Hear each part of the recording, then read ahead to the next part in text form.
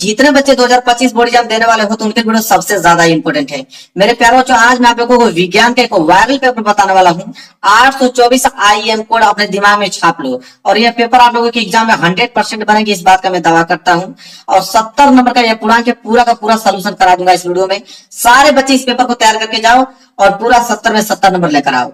इस पेपर को हल करने के लिए आपके पास जो टाइमिंग दिया जाएगा वो 3 घंटे 15 मिनट का समय दिया जाएगा इस पेपर को हल करने के लिए। एडमिट कार्ड साथ में लेकर जाइएगा। यहाँ पे अनुक्रमांक और यहाँ पे नाम अपना जरूर से डाल लीजिएगा।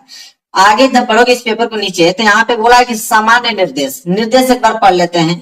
पहला निर्देश बोला है कि प्रारंभ के 15 मिनट परीक्षार्थियों को प्रश्न पत्र पढ़ने के लिए निर्धारित है।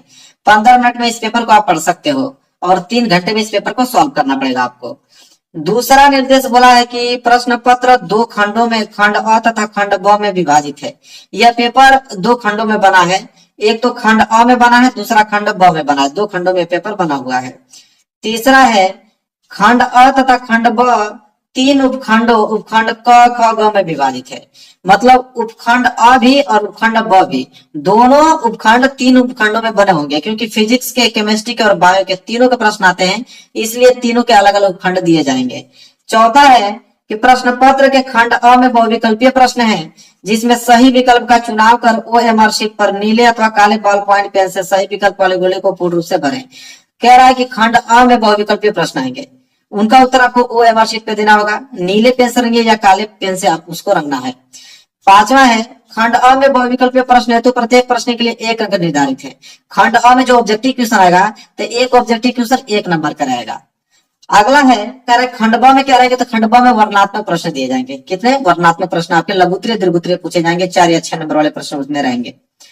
इसके बाद है प्रत्येक प्रश्न के सम्मुख उनके निर्धारित अंक दिए गए। मतलब हर एक प्रश्न के आगे आपको बताया होगा कि प्रश्न 1 नंबर का है कि 4 नंबर का है, 6 नंबर का है। हर एक प्रश्न के आगे आपको लिखा हुआ मिलेगा। अगला है निर्देश खंड ब के प्रत्येक उपखंड के सभी प्रश्न एक साथ करना आवश्यक है। प्रत्येक उपखंड नए पृष्ठ से आरंभ किया जाए। कहने का मतलब है कि अगर उपखंड क आपने कर दिया, उपखंड ख करने जा रहे हो तो नए पृष्ठ से उसको आरंभ कीजिए। ग वाला करने जा रहे हो बायोलॉजी वाला तो उसको नए पृष्ठ से आरंभ कीजिए, ये कह रहा है। फिर है कि सभी प्रश्न अनिवार्य हैं। इसमें जितने प्रश्न दिए गए सारे प्रश्न करना अनिवार्य है। चलिए पेपर यहाँ से आप लोगों का स्टार्ट होता है। देखिए खंड अ में पहले बहुविकल्पीय प्रश्न आया है। इसमें भी सबसे पहले उपखंड क आया। उपखंड का मतलब फिजिक्स के प्रश्न आया है सबसे पहले। 20 ऑब्जेक्टिव क्वेश्चन 20 नंबर का यहाँ दिया है, मतलब एक प्रश्न 1 नंबर का। चलिए स्टार्ट करते हैं। यहाँ से पहला प्रश्न देखिए, एक एक प्रश्न पे दिमाग लगाइएगा, पूरा ध्यान से वीडियो को देखिएगा, सारे क्वेश्चन याद होने चाहिए, एक भी नंबर कम नहीं आना चाहिए आप लोगों का। पढ़ता हूँ प्रश्न। कह रहा है कि किसी अवतल दर्पण पर आपतित प्रकाश किरण दर्पण से परावर्तन के उपरांत अपने ही मार्ग से वापस आ जाती है। यह किरण मुख्य अक्ष पर प्रतिच्छेद करती है। ठीक है, तो कह रहा है कि अगर कोई अवतल दर्पण है उसमें आपतित प्रकाश की किरण दर्पण से परावर्तन के पश्चात अपने ही मार्ग पर अगर वापस आती है तो यह किरण मुख्य अक्ष का प्रतिच्छेदन कहाँ पे करेगी मेरे प्यारे बच्चों, तो वक्रता केंद्र पर करेगी। कहाँ पे करेगी, वक्रता केंद्र मतलब सी पे करेगी। तो पहले का सी जो है राइट आंसर हो जाएगा। दिमाग में एकदम बिल्कुल आराम से इस क्वेश्चन को तैयार करके जाइएगा और सही ऑप्शन पे क्लिक करके आइएगा। कह रहा है कि एक लेंस वस्तु की स्थिति विशेष के लिए आभासी, सीधा तथा आवर्धित प्रतिबिंब बनाता है तो लेंस होगा। कह रहा है कि कौन सा लेंस है कि किसी लेंस के सामने अगर कोई वस्तु को मैं रखता हूं तो वह लेंस उस वस्तु का आभासी प्रतिबिंब बनाएगा, सीधा बनाएगा और वस्तु से बड़ा प्रतिबिंब बनाएगा। वो कौन सा लेंस है, तो वो उत्तर लेंस है। बी वाला ऑप्शन जो है बिल्कुल राइट आंसर हो जाएगा। समझ में आ गया आप लोगों को। तीसरा प्रश्न देखिए क्या है, नेत्र लेंस की फोकस दूरी में परिवर्तन किया जाता है। जो आपकी आंखें होता है उसमें जो फोकस दूरी परिवर्तन किनके कारण होता है, किसके कारण होता है, ये पूछ रहा है। तो पक्षभावी मांसपेशियों द्वारा, पक्षमाभी मांसपेशियों के द्वारा वो अपने फोकस लेंस को क्या करता है, परिवर्तित करता रहता है। इसके बाद चलिए अगला प्रश्न देखते हैं। प्रश्न नंबर 4 क्या है कि स्वच्छ आकाश के नीले रंग के लिए उत्तरदायी प्रकाशिकीय घटना है। कह रहा है कि स्वच्छ आकाश के नीले रंग के लिए उत्तरदायी प्रकाशिकीय घटना कौन सी है मेरे प्यारों, प्रकीर्णन के कारण ऐसा होता है। और बी वाला ऑप्शन जो है बिल्कुल राइट आंसर हो जाएगा। चौथे का बी। एक एक प्रश्न याद होना चाहिए आप लोगों को, एग्जाम में एक भी प्रश्न छूटना नहीं चाहिए। चलिए 5वां प्रश्न देखिए है, किसी विद्युत बल्ब पर अगर 440 वाट 220 वोल्ट अंकित है तब बल्ब फिलामेंट का प्रतिरोध होगा मेरे प्यारे बच्चों। प्रतिरोध मतलब आर के वैल्यू पूछा है, तो आर बराबर क्या होता है, वी स्क्वायर। वाट कितना है यहाँ पे 440 वाट, तो यहाँ से आर बराबर हो जाएगा वी का वैल्यू कितना है यहाँ पे 220, तो 220 अब बटे में वाट कितना है 440 वाट दिया हुआ है। ठीक है, तो 440 वाट दिया है। तो यहां से देखिए 1 0 से 1 0 कट गया, 22 से कटाएंगे तो 22 दूनी की 44, और 2 से कटाएंगे तो 2 कम 2, 2 कम 2 फिर 0। तो R बराबर कितना आ गया, 110 ओम। तो प्रतिरोध कितना हुआ, 110 ओम, मतलब डी वाला ऑप्शन। कितना ज्यादा सिंपल है, बस एक फार्मूला लगाना है, आंसर आपके सामने होगा। आगे बढ़ते हैं और प्रश्न नंबर 6 देखते हैं। देखिए प्रश्न नंबर 6 क्या बोला है। प्रश्न नंबर 6 है यहाँ पे कि विद्युत परिपथ में प्रयुक्त होने वाले कुछ अवयवों के संकेत चिन्ह स्तंभ 1 में दिए गए हैं, स्तंभ 2 में दिए गए नामों से सुमेलन करके विकल्प का चयन कीजिए। यहाँ पे मिलान करना आप लोगों को, ये स्तंभ पहला है और स्तंभ दूसरा है मेरे प्यारे बच्चों। और ध्यान से इसमें मिलाना है कि कौन सा सही होगा। तो ये पहला किसका है, ठीक है, तो ये पहला किसका डिनोट करता है, प्रतिरोध को करता है। तो पहला तो यहाँ पे किससे हो जाएगा, तीसरे से। दूसरा देखेंगे, दूसरा ये किससे है, तो और ये बनाया है तो ये आपका अमीटर से करता है, तो दूसरे का तो चौथा हो जाएगा। इसके बाद तीसरा ये वाला किसका है, आपको मालूम है, तो ये किसको डिनोट करता है, तो विद्युत सेल को डिनोट करता है। किसको, सेल को करता है, तो ये तो हो जाएगा दूसरा से। और ये चौथा वाला तो तार क्रॉसिंग का डिनोट करता है, तो ये हो जाएगा आपका पहला से। तो चलिए देखते हैं कौन सा ऑप्शन सही है। तो पहले का तीसरा, पहले का तीसरा, दूसरे का चौथा, दूसरे का चौथा, तीसरे का इसमें क्या दिया है, दूसरा, बिल्कुल तीसरे का दूसरा, चौथे का पहला, मतलब पहला वाला ऑप्शन। पहला वाला ऑप्शन जो है बिल्कुल इसका राइट आंसर हो जाएगा। तो 6 का पहला, देखिए इसको तैयार कर लीजिएगा, भूलिएगा मत एग्जाम में, बहुत ज्यादा इंपॉर्टेंट है। आगे बढ़ेंगे, क्वेश्चन नंबर 7वां देखते हैं। चलिए देखते हैं प्रश्न नंबर 7वां क्या है। 7वां प्रश्न है कि किसी धारावाही परिनालिका को स्वतंत्रता पूर्वक लटकाने पर सदैव स्थित होती है, तो किस स्थिति में वो सदैव स्थित होगी, तो उत्तर दक्षिण में होगी। किस में होगी, उत्तर दक्षिण में होगी। सी वाला ऑप्शन जो है बिल्कुल राइट आंसर हो जाएगा। सी वाला बहुत ज्यादा इंपॉर्टेंट है, इसको ध्यान से पढ़ लीजिएगा, क्योंकि प्रश्न बहुत ज्यादा लोग भूलेंगे, लेकिन आपको भूलना नहीं है कि किसी धारावाही परिनालिका को अगर स्वतंत्रता पूर्वक लटकाने पर सदैव स्थित होगी कहाँ पे, तो उत्तर दक्षिण दिशा में। तो ये तो फिजिक्स के प्रश्न थे, ठीक है। और यहाँ से आपके उपखंड ख स्टार्ट होते हैं, केमिस्ट्री के प्रश्न। किसके, केमिस्ट्री के प्रश्न यहाँ से स्टार्ट होते हैं। और प्रश्न नंबर 8वां, ध्यान से इसको भी देखिएगा। कह रहा है कि निम्नलिखित में से कौन सी धातु कमरे के ताप पर ठोस अवस्था में नहीं होती है। तो कमरे के ताप पर ठोस अवस्था में कौन सी धातु नहीं हो सकती, वो है आपका मरकरी। क्या है, मरकरी। बी वाला ऑप्शन जो है बिल्कुल राइट आंसर हो जाएगा। मरकरी मतलब एमसी, ठीक, एचजी कह रहा हूँ, ठीक है, मरकरी। तो यहाँ पे बी वाला ऑप्शन जो है बिल्कुल राइट आंसर हो जाएगा। ध्यान से, ये प्रश्न बहुत ज्यादा इंपॉर्टेंट है। 9 वाला प्रश्न देखिए क्या है। अम्ल एवं क्षारक की अभिक्रिया से प्राप्त होता है, तो अम्ल और क्षारक को मिला दिया जाए तो अम्ल और क्षारक से मिलकर क्या बनता है, लवण तथा जल बनता है, जिसे उदासीनीकरण अभिक्रिया कहते हैं, लवण तथा जल। तो अम्ल क्षारक की अभिक्रिया से क्या प्राप्त होता है, लवण तथा जल, भूलिएगा मत। 10वां प्रश्न देखिए क्या है। निम्नलिखित अभिक्रिया, यह अभिक्रिया दिया है CaCO3 कैल्शियम कार्बोनेट को अगर हम गर्म करते हैं तो कैल्शियम ऑक्साइड और कार्बन डाइऑक्साइड में बदल जाता है। कह रहे कि ये उदाहरण किसका है, पूछ रहा है कि उदाहरण किसका है। तो ये किसका उदाहरण है मेरे प्यारे बच्चों, तो अपघटन अभिक्रिया का उदाहरण है। किसका है, अपघटन अभिक्रिया का उदाहरण। यहाँ पे सी वाला ऑप्शन जो है बिल्कुल राइट आंसर हो जाएगा, 10वें का सी। आगे बढ़ेंगे, अगला प्रश्न देखेंगे क्या है। अगला प्रश्न है प्रश्न नंबर 11 कि श्रृंखलन का गुण किस परमाणु में पाया जाता है। श्रृंखलन का गुण किस परमाणु में पाया जाता है, तो कार्बन में। यहाँ पे ए वाला ऑप्शन जो है बिल्कुल राइट आंसर हो जाएगा, 11 का ए। 12वां प्रश्न देखिए। निम्नलिखित में एल्काइन है, अब इसमें बताना है कि एल्काइन कौन सा है। तो एल्काइन यहाँ पे CH3C और ट्रिपल बॉन्ड C और सिंगल बॉन्ड H। बी वाला ऑप्शन जो है बिल्कुल क्या हो जाएगा मेरे प्यारे बच्चों, राइट आंसर हो जाएगा। क्वेश्चन नंबर 12 का ध्यान से को आप लोगों को एकदम समझना है, एक एक प्रश्न फोकस करना, एक भी प्रश्न छूटना नहीं चाहिए आप लोगों का एग्जाम में। सारे प्रश्न डिटेल में बता रहे हैं, सब कुछ आराम से समझते चलिए। चलिए आइए 13वां प्रश्न देखते हैं। 13वां प्रश्न क्या है। ईंधन एवं औषधियों के रूप में उपयुक्त होता है, तो ईंधन एवं औषधियों के रूप में कौन सा उपयुक्त होता है, तो एथेनॉल। और क्या, ये वाला ऑप्शन जो है बिल्कुल राइट आंसर हो जाएगा। अब स्टार्ट होता है उपखंड ग। उपखंड ग मतलब बायो, बायोलॉजी के प्रश्न, जीव विज्ञान के प्रश्न यहाँ से स्टार्ट होंगे। प्रश्न नंबर 14 से कह रहा है कि गुर्दे की इकाई जो उत्सर्जन की प्रक्रिया में भाग लेती है, तो गुर्दे की इकाई जो उत्सर्जन की प्रक्रिया में भाग लेती है वो विक्राणु कहलाता है। कैसा, विक्राणु। बी वाला ऑप्शन जो है बिल्कुल राइट आंसर हो जाएगा।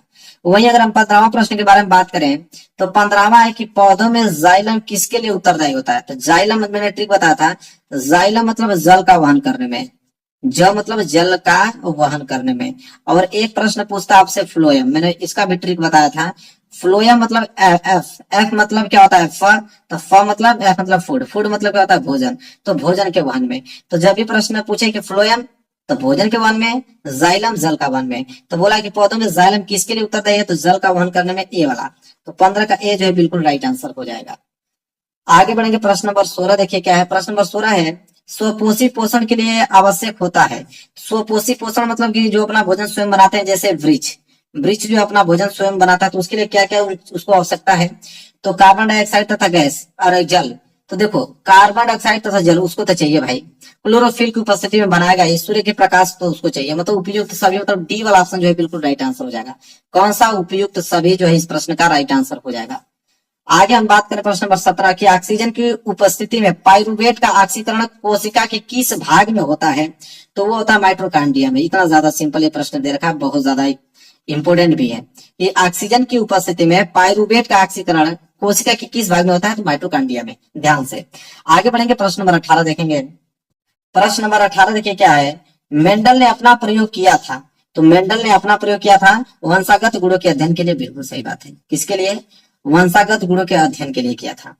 तो ए वाला ऑप्शन जो है बिल्कुल राइट आंसर हो जाएगा। आगे बढ़ेंगे 19वां प्रश्न, निम्नलिखित में से कौन ओजोन परत क्षरण के लिए जिम्मेदार मुख्य पदार्थ है। तो ओजोन परत के लिए जिम्मेदार मुख्य पदार्थ कौन, इन चार ऑप्शन में से वो है आप लोगों का क्लोरोफ्लोरोकार्बन, जिसे सीएफसी बोलते हैं। यहाँ पे ए वाला ऑप्शन जो है बिल्कुल राइट आंसर हो जाएगा, क्लोरोफ्लोरोकार्बन।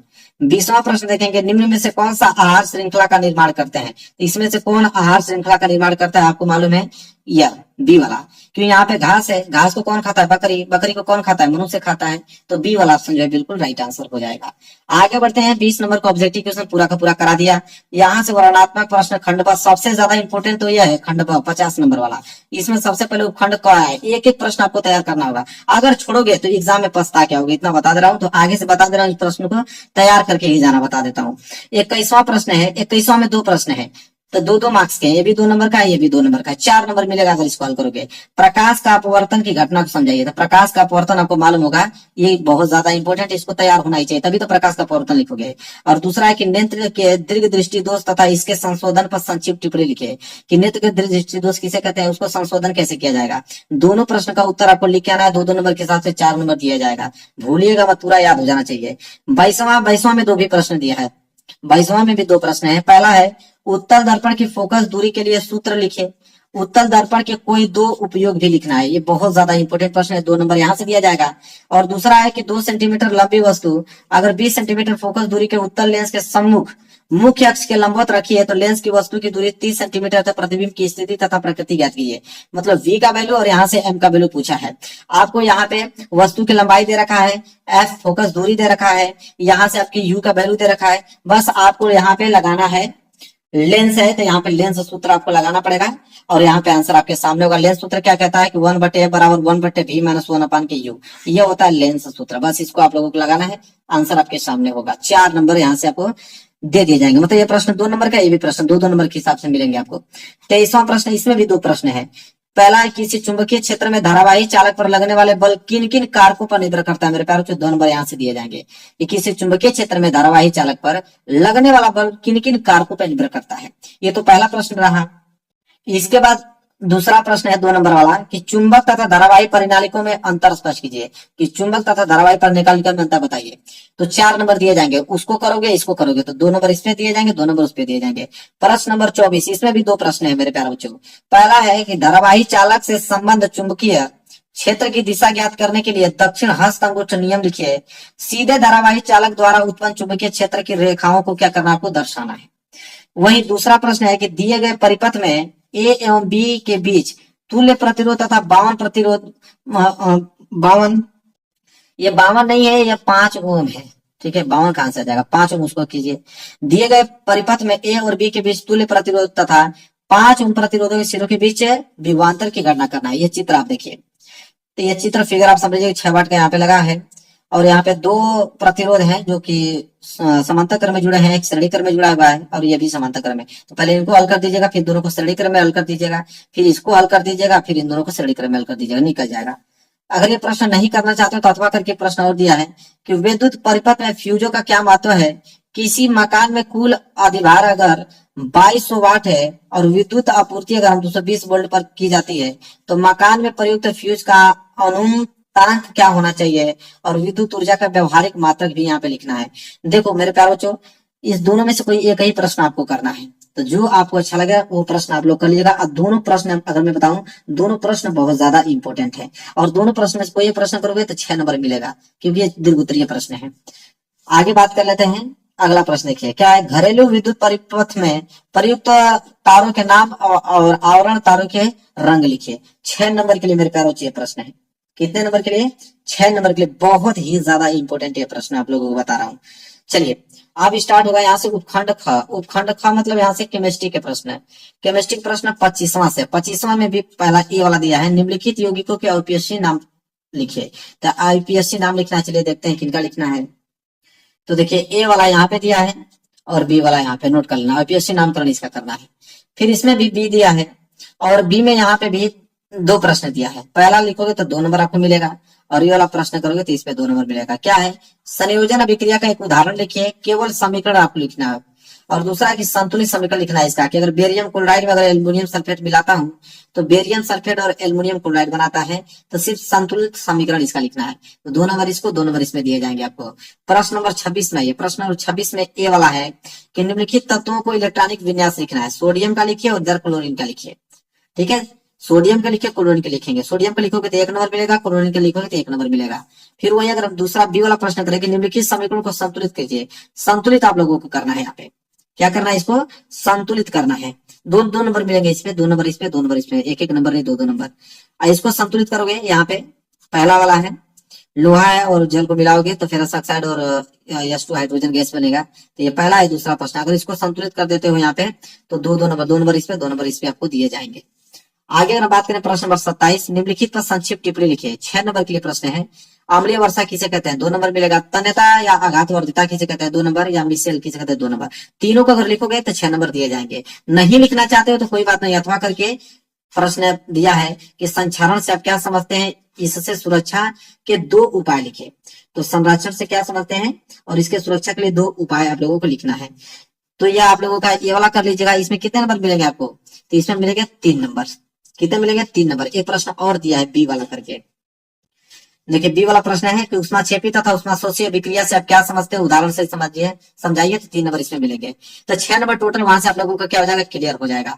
लास्ट आप लोगों का उपखंड ग आता है जिसमें बायोलॉजी के प्रश्न रहेंगे, और यहाँ से प्रश्न स्टार्ट होता है आप लोगों का प्रश्न 28। क्या होगा? प्रश्न 28 कि एक तंत्रिका कोशिका जिसे न्यूरॉन कहते हैं, तो एक तंत्रिका कोशिका न्यूरॉन की संरचना बनाइए तथा इसके कार्यों को वर्णन कीजिए। 4 नंबर के लिए प्रश्न है। बहुत ज्यादा जो बता रहा होगा, जो बच्चा इस पेपर को तैयार कर लिया, गारंटी मेरा कि 70 में 70 नंबर इसका बिल्कुल क्या हो जाएगा, पक्का हो जाएगा।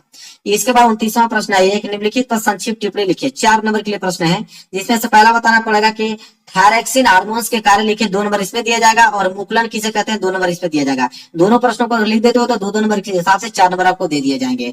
30वां प्रश्न देखिए, पुष्पों बोला कि पुष्पों पौधों में लैंगिक जनन का वर्णन कीजिए। तो पुष्पी पौधों में लैंगिक जनन का वर्णन करना, और ये प्रश्न अकेले ही कितने नंबर के लिए? 4 नंबर के लिए। समझ सकते हो कितना ज्यादा इंपॉर्टेंट है, इसको आपको तैयार करना पड़ेगा।